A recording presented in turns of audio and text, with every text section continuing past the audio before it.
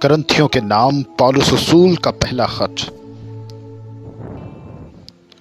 ये खत नया अहदनामा की 7वीं किताब है और पौलुस के खतूत लिखने के लिहाज से चौथा खत है। इस खत के 16 अबवाब और 437 आयात है और इस खत में पुराना अहदनामा की 12 आयात शामिल की गई हैं। करंथियों का खत अपनी वजाहत खुद करता है कि इस खत का मुसन्निफ पौलुस रसूल है और पहली और दूसरी सदी के मौरखीन भी यही बयान करते हैं कि ये खत पौलुस ने 55 ईस्वी में इफिसस से लिखा जब वो वहाँ 3 बरस ठहरा था। कुरिन्थुस जनूबी यूनान में अखिया के सूबा का अहम तजारती शहर था। ये नहायत कदीम शहर है जिसकी तारीख 4000 कबल अज मसीह तक जाती है, मगर इस शहर की ज्यादा शोहरत और खुशहाली 800 कबल अज मसीह में थी। इस शहर की 2 बंदरगाहें थी और मशरकी साहिल की तरफ 6 मील के फासले पर किनखरिया और मगरबी साहिल पर 1.5 मील के फासले पर लखीन था। इस शहर के इर्द गिर्द 10 किलोमीटर लंबी दीवार थी और शहर के वस्त में एक बहुत बड़ी मार्केट थी।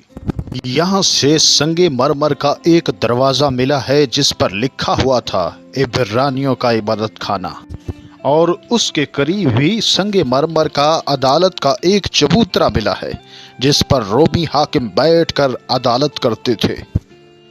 कुरिन्थुस शहर के लोग बुत परस्त लोग थे क्योंकि इस शहर में 12 मंदिर थे और शहर के वस्त में अपालू का मंदिर था। शहर के शमाल में शिफा के देवता एस क्लिपियुस का मंदिर था। शहर के पास एक पहाड़ी थी जिसे एक्रोकुरिन्थुस कहते हैं और इस पहाड़ी पर मोहब्बत की देवी एफ्रोडाइट का मंदिर था जो 600 कबल अज मसीह में बनाया गया। इस मंदिर में 1000 फहाइशा औरतें हर वक्त मौजूद होती थी जो यहाँ आने वाले बुत परस्तों के साथ आजादाना हरामकारी करती थी। 800 कबल अज मसीह में कांसी के बर्तन और जहाज बनते थे। कुरिन्थुस 148 कबल अज मसीह में रोम ने फतह करके इसे बर्बाद कर दिया, मगर फिर 44 कबल अज मसीह में जूलियस सीजर कैसर ने इसे दोबारा तमीर करवाया और इसे अखिया का सूबा का दारुल खुलाफा बना दिया। और इसे दारुल खिलाफा बनाते ही जूलियस सीजर ने यहाँ हर सूबे से 98 कैदियों को लाकर बसा दिया और यहाँ की आबादी तकरीबन 6,50,000 की थी और जिसमें से 4 लाख गुलाम थे, और यही वजह यहाँ के लोग ज्यादातर बद इखलाक और जराइम पेशा अफराद थे। इस शहर में हर तरह की आज़ादी थी, खासकर जिनसी हरामकारी करने की, और इसी वजह से दूसरे शहरों से लोग यहाँ अय्याशी के लिए आते थे। कुरिन्थुस का शहर 521 सन में जलजला से बर्बाद हो गया और जो इस शहर से बच गया और बाकी रह गया था वो 1858 सन में एक और जलजला आने से मुकम्मल तौर पर बर्बाद हो गया।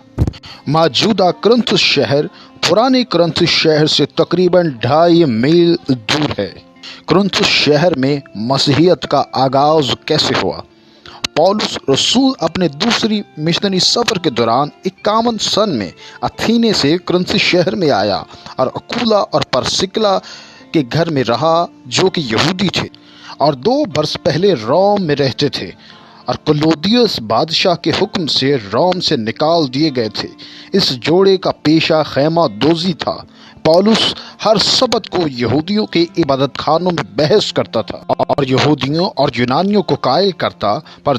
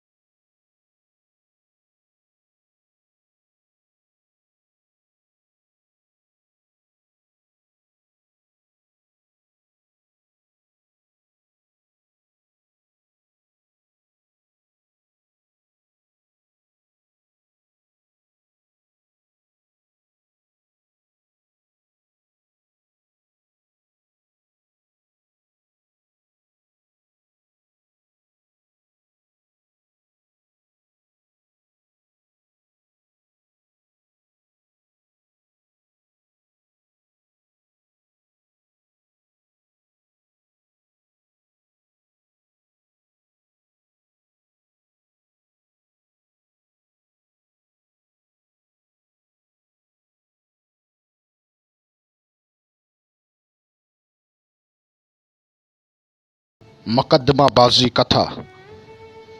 پانچواں مسئلہ ایمانداروں کا ابھی تک حرام کاری کرنے کا تھا، کیونکہ ہم جان چکے ہیں کہ اس کرنتھ شہر کے اندر سب سے زیادہ حرام کاری ہی ہوتی تھی۔ چھٹا مسئلہ بتوں کی قربانیوں کا گوشت کھانے کا تھا۔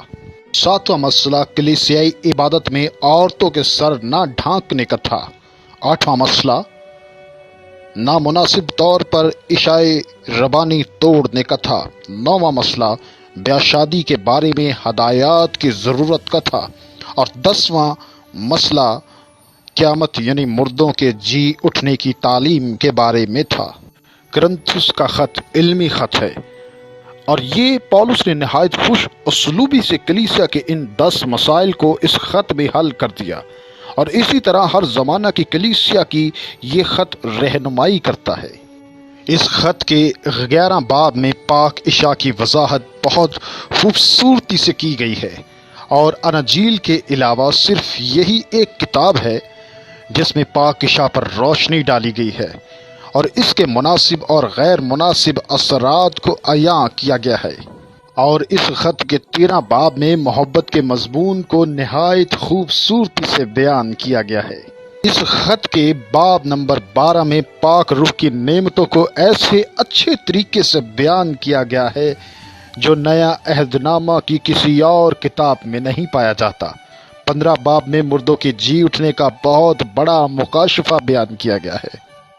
مشہور یونانی لفظ مار اتھا، جس کا ترجمہ ہے ہمارا خداوند آنے والا ہے، اس خط کے سوا اور کسی جگہ پایا نہیں جاتا۔ کلام خدا کا پڑھا، سنا، سمجھا اور قبول کیا جانا ہم سبوں کے لیے باعث برکت ہو۔